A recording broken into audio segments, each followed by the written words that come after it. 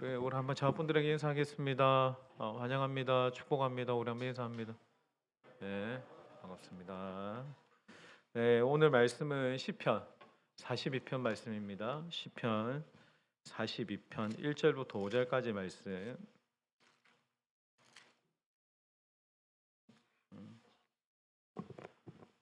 시편 42편 1절부터 5절 저와 여러분이 교독하면서 이 말씀 읽겠습니다. 하나님이여, 사슴이 시냇물을 찾기에 갈급함 같이 내 영혼이 주를 찾기에 갈급하나이다.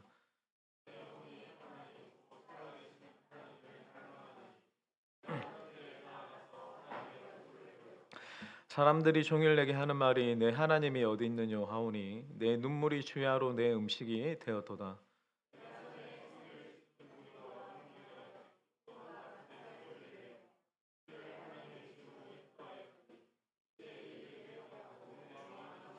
우리 같이 읽겠습니다.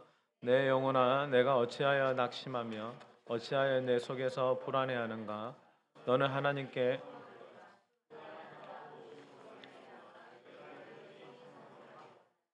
아멘. 그리고 시편 42편은 작자가 미상입니다. 그러니까 이 42편을 누가 썼는지 정확하게 기록되어 있지는 않아요. 근데 분명히 나오지는 않지만 여러분 42편을 전반적으로 딱 읽어보면 이 저자가 굉장히 어려운 일에 빠졌고 굉장히 힘들어하고 있고 그래서 그의 마음이 굉장히 낙심되어 있다라는 것을 여러분 보게 됩니다. 여러분 쭉 내용 중에 이 사람이 예루살렘에 쫓겨나서 갑작스러운 어떤 사건으로 쫓겨났는데 이리저리 유리방황하는 신세가 되었고 그의 마음이 무너졌다. 이런 상황들을 보면 성경에 보면 이와 비슷한 상황이 있는 사람이 누구냐면 다윗이죠.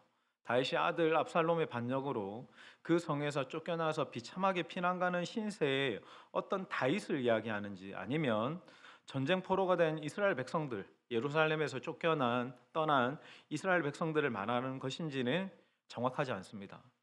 그런데 여러분, 이 본문에 이 사람이 굉장히 힘든 일을 겪고 있고 고로 매우 낙심하고 있다라는 것은 우리가 알죠. 여러분, 우리가 낙심될 때가 있죠.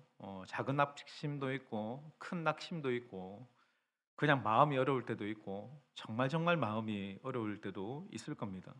근데 여러분, 이 42편에서 낙심이 오고 그리고 절망이 오고 어떤 어려운 상황이 와서 내 마음이 무너지는데 여러분 주목하시면 안 됩니다. 이 42편에 우리가 주목하는 것은 낙심이 아니라 뭘 봐야 되냐면 갈급함입니다. 갈망을 보셔야 됩니다. 자, 1절을 같이 읽겠습니다. 1절. 하나님이여, 시작. 사슴이 시냇물을 찾게 갈급한 같이.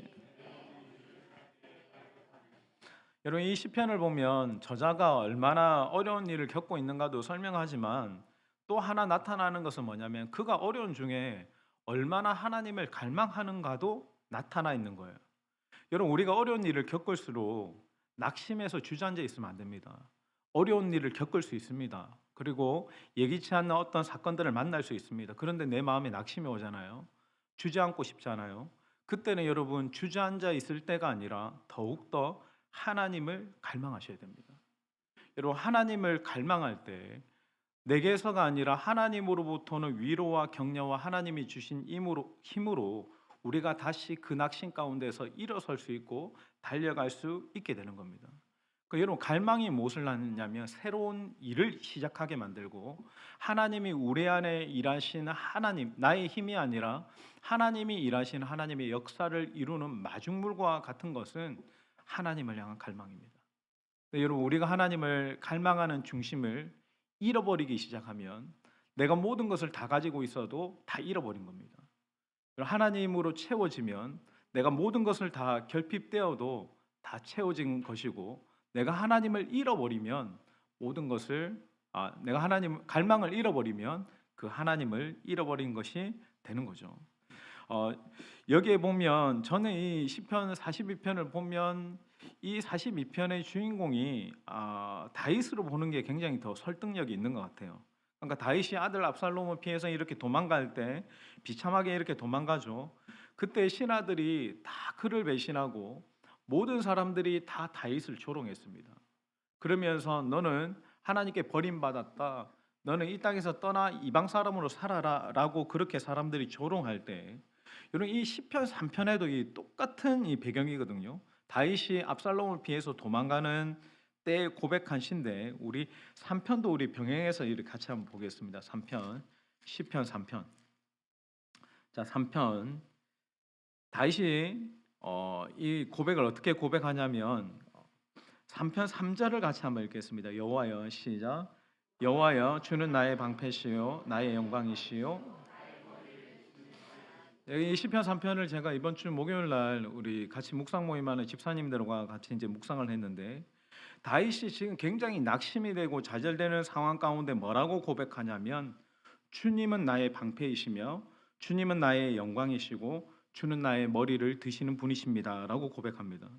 저는 여기 이 말씀 묵상하면서 주님은 나의 머리를 드시는 분이시다라고 하는 것에 주목했습니다. 사실 우리가 낙심이 되면 고개부터 꺾이거든요. 목소리가 처지고 표정이 이렇게 가라앉고 살 힘도 없고 자신도 없고 모든 게 다 꺾여지는데 그런 낙심이 있는 상황 가운데서 다윗의 입은 뭐라고 고백하냐면 하나님은 나의 방패이시며 하나님은 나의 영광이시며 하나님은 나의 머리를 드시는 분이십니다.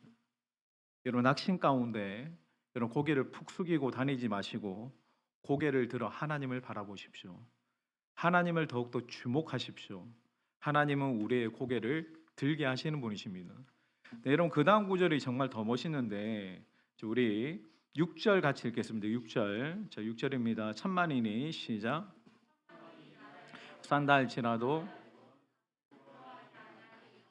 여러분 천만인이 나를 에워싼다 할지라도 나는 두려워하지 않는다라고 얘기해. 왜? 하나님이 함께 하시면 하나님이 붙드시면 천만인이 나를 에워싸고 공격한다 할지라도 사방에 대적들이 있다라고 할지라도 능히 하나님이 이기게 하실 것이기에 두렵지 않을 것이다. 이 말씀이 여러분의 삶에 이루어지기를 주님의 이름으로 축원합니다. 여러분 7절도 보세요. 7절 여호와여 일어나소서 시작. 여호와여 일어나소서 나의 하나님이여 나를 구원하소서 주께서 나의 모든 원수의 뺨을 치시며 그리고 지금 하나님이 일어나셔서 모든 대적과 원수들의 뺨을 치시고 악인들의 일을 꺾으실 것이다라고 합니다. 여러분이 다윗이 이 선포를 언제 합니까? 정말 비참하게 궁에서 쫓겨나가면서 무 사람들에게 조롱을 받는 그 순간에도 그가 믿음으로 이렇게 고백하는 거예요. 자, 다시 이제 시편 42편으로 돌아와서 1, 2절을 이 관점에서 한번 읽어보겠습니다. 42편 다시 돌아와서 1절, 2절 같이 읽습니다. 1절, 2절. 자, 하나님이여 같이 읽습니다. 시작. 하나님이여 사슴이 시냇물을 찾기에 갈급한 같이 내 영혼이 주를 찾기에 갈급하나이다. 내 영혼이 하나님 곧 살아계신 하나님을 갈망하나니 내가 어느 때에 나아가서 하나님의 얼굴을 자 여기 보세요. 지금 다윗은 자신이 얼마나 어려운가 얼마나 낙심이 되는가 얼마나 힘든 일을 겪고 있는가 보다 더더욱 그래서 더더욱 무엇하고 있습니까? 하나님을 갈망하는 것을 보게 됩니다. 지금 다윗은 굉장히 어려운 일이 있죠. 힘든 일을 겪고 있습니다. 그런데 다윗이 그 순간에도 하나님을 갈망하고 있기 때문에 그분의 은혜 아래에 있게 되는 거예요. 여러분 이게 정말 중요한 겁니다. 우리가 어려운 일을 다 겪는다고 해서 다 다윗처럼 그렇게 하나님을 갈망하지 않습니다. 실제로 감당하기 어려운 일이 생기면 에라 모르겠다 하고 팽개치고 막 원망하고 믿음을 잃어버리는 사람들도 있어요. 또 어려운 일이 생기면 어려운 일이 생겼기 때문에 더 마음이 강팍해지는 사람들도 있습니다. 여러분 어려운 일이 생겼다고 다 하나님을 갈망하지 않습니다. 그래서 여러분 그래서 더더욱 여러분들이 하나님을 갈망하고 하나님을 주목하셔야 되는 겁니다. 내 마음을 위로하고 내 마음에 새로운 힘을 주고 내가 다시 한번 하나님께로 또 비전 안에서 달려가게 하는 모든 원동력은 여러분 하나님으로부터 나오는 겁니다. 그래서 여러분 우리는 어떤 순간에도 하나님만을 주목하고 갈망하셔야 됩니다. 그분 안에 모든 것이 있습니다. 아멘이십니까? 여러분 이 안에 제가 이제 화요일 날 통영에 어느 교회 가서 제가 그 목사님 만나고 그분은 굉장히 특별한 분이었어요. 만나면서 그분은 따로 뭐 치유 축사 이런 거 필요 없어요. 대화하면서 다 돼요. 그분이 8년 동안은 하루에 8시간, 9시간씩 기도하시고 하나님이 불러서 한 1년 정도는 하루 24시간 기도하신 적이 있대요. 그분은 뭐 그냥 다른 세계에 사는 것 같더라고. 여러분, 그분이 딱 한 가지를 얘기했어요. 제가 그 하나 딱 듣고 굉장히 제가 이제 위로를 받고 격려를 받고 하나님이 이렇게 목회적인 어떤 힘을 주시던데, 그게 뭐냐면 딱 한 단어입니다. 갈망입니다. 여러분, 내가 어떤 어려운 상황 가운데 있어도 내가 주목해서 하나님을 갈망하고 있는 그 순간만큼은 하나님이 저와 여러분을 살려주십니다. 그게 굉장히 특별한 거예요. 내가 하나님을 주목하고 있고 내가 하나님께 계속 나아가고 있다면 상황과 관계없이 하나님은 내게 은혜로 역사하시고 우리의 머리를 들게 하시고 나를 붙드셔서 모든 대적들로부터 이기게 하는 힘과 은혜를 저와 여러분에게 주실 줄 믿습니다. 그러니까 여러분, 지금도 하나님 일하시고 계세요. 그러니까 여러분 보세요. 내가 하나님을 주목하면, 하나님의 깊은 임재 안에 들어가면, 그러니까 이 상황의 어떤 부분이 아니라 지금도 하나님 내 가정 가운데, 화면교회 가운데, 이 나라 가운데 일하시고 역사하시고 계시는 하나님의 움직임을 볼 수 있습니다. 여러분, 미얀마 땅에 지진이 일어났죠. 그리고 여러분, 또 일본 땅에도 대지진이 막 예상되기도 하고 천재지변이 일어나요. 근데 여러분, 천재지변이 일어나면 막연하게 이렇게 뭐 이런 자연재해가 일어나는구나라고 생각할 수도 있지만, 뭔가 또 하나님이 보내시는 사인이기도 하고 하나님의 메시지가 있고, 하나님을 주목하면 그 모든 사건과 일들 속에 하나님의 예비하신 뜻이 있고 하나님의 말씀 메시지가 있다라는 거예요. 누가 그것을 알고 누가 그것을 듣고 미래를 바라보고 마음의 안정감을 가지고 지금도 이렇게 힘있게 달려갈 수 있냐면 하나님을 갈망하는 자입니다. 하나님의 임재 안에서 그분의 음성을 듣는 자에게 하나님은 살아갈, 또 달려갈 힘을 주시는 것입니다. 그래서 여러분, 어떤 일이 있어도 하나님을 갈망하고 하나님을 찾고 찾는 그 중심을 여러분 잃어버리지 마십시오. 자, 우리 2절 같이 읽겠습니다. 2절 내 영혼이 시작. 곧 살아계신 하나님을 갈망하나니 내가 어느 때에 나아가서. 자, 갈망을 하는데 누구에게 갈망을 합니까? 내가 살아계시는 하나님을 갈망한다라고 이야기했어요. 여러분, 이게 무슨 의미입니까? 내 삶에서 하나님은 실제로 역사하시는 하나님이시라는 거예요. 여러분, 우리가 갈망하는 하나님은 살아계신 하나님이십니다. 여러분, 다시 한번 제가 이야기합니다. 여러분, 우리가 갈망하는 하나님은 살아계신 하나님이십니다. 그 하나님은 지금도 살아계시고 일하시고 역사하고 계신다라고 하는 거예요. 자꾸 우리는 이걸 잊습니다. 잊어버려요. 그러니까 상황이나 어떤 사건들이 하나님 지금도 살아계신데, 지금도 일하시고 계신데 자꾸 이것을 잊게 만드는 거예요. 아프리카에 서식하는 독수리 중에 뱀잡이 수리라는 독수리가 있어요. 꽤 큰 독수리입니다. 이 독수리가 하늘 높이 날다가 밑에 먹을 것이 있으면 이렇게 확 와서 낚아채는데, 여러분, 이 독수리를 하늘에서는 이 독수리를 범접할 대적이 없죠. 근데 이 독수리를 잡아먹는 짐승이 있습니다. 그 짐승이 사자나 표범이래요. 여러분, 독수리가 하늘을 날아다니는데 어떻게 사자가 얘네들을 잡아먹지? 이 독수리가 이렇게 먹을 것을 딱 낚아채는데 사자가 수풀에 숨어 있다가 갑자기 확 달려들잖아요.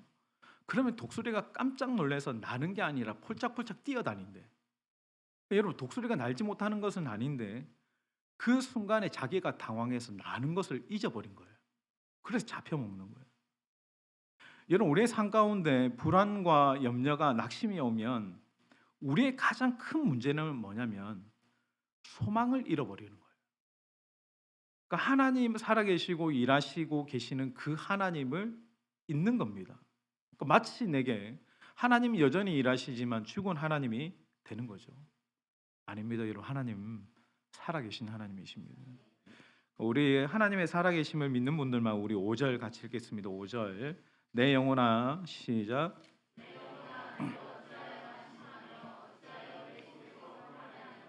너는 하나님께 소망을 두라. 그가 나타나 도우심으로 말미암아 내가 여전히. 여기 보면 5절 마지막에 살아계신 하나님이 나타나 도우심으로 말미암아 네가 뭐 할 것이다? 여전히 하나님을 찬송할지어다라고 고백하는데 이 말의 의미를 보면 네가 선포할지어다, 네가 말하게 될 거다, 네가 하나님 와 우리를 도우시네요, 하나님 역사하셨네요라고 말하게 될 것이다라는 것과 같은 의미입니다. 여러분 살아계신 하나님이 우리 안에서 도우시고 일하실 것이다라는 것을 믿는다면 여러분 지금도 그 일하신 하나님을 찬송하고 믿음으로 선포해야 되는 겁니다. 계속 찬송하고 그 하나님의 일하심에 대해서 믿음으로 선포하고 고백하는 거죠. 제가 여러분 저번 주에 선포에 대해서 한번 우리가 같이 말씀을 나눴는데 자 요즘 제가 기도할 때 하는 선포를 우리 같이 좀 한번 해봤으면 좋겠습니다. 성령이 주시는 감동 안에서 이제 이런 어떤 고백들을 계속하게 되는데요. 떼어주시겠어요? 자 우리 예배할 때 여러분들이 이걸 선포하시면 됩니다. 이곳에 다 같이 선포하겠습니다. 시작. 아멘이십니까? 그 여러분들이 예배를 시작하기 전에 찬양을 시작하기 전에 여러분이 믿음의 소리로 이곳에 하나님을 경배하고 찬양하는 소리가 더 커질지어다라고 여러분 적어도 한 5번 10번 선포하고 이 예배를 축복하면서 예배로 나오면 여러분 찬양이 기도가 달라지는 겁니다. 자, 또 한번 그다음 자 이곳에 다 시작.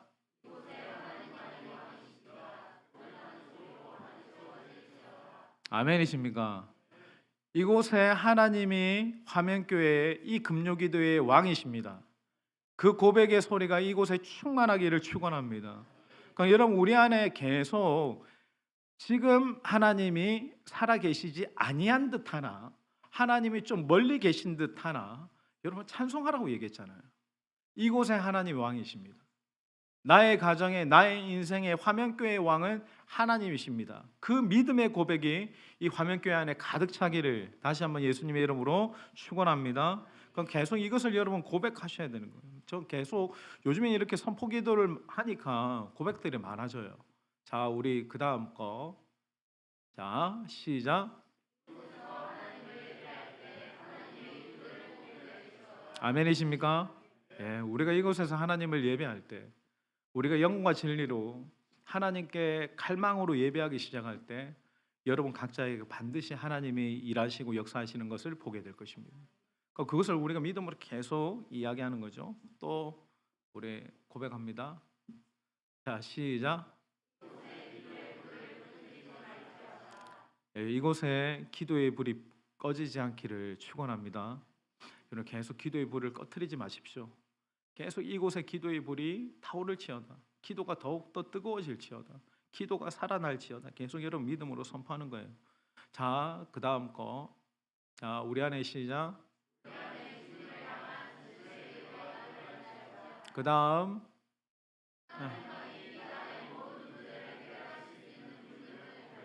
아멘이시죠? 그 다음.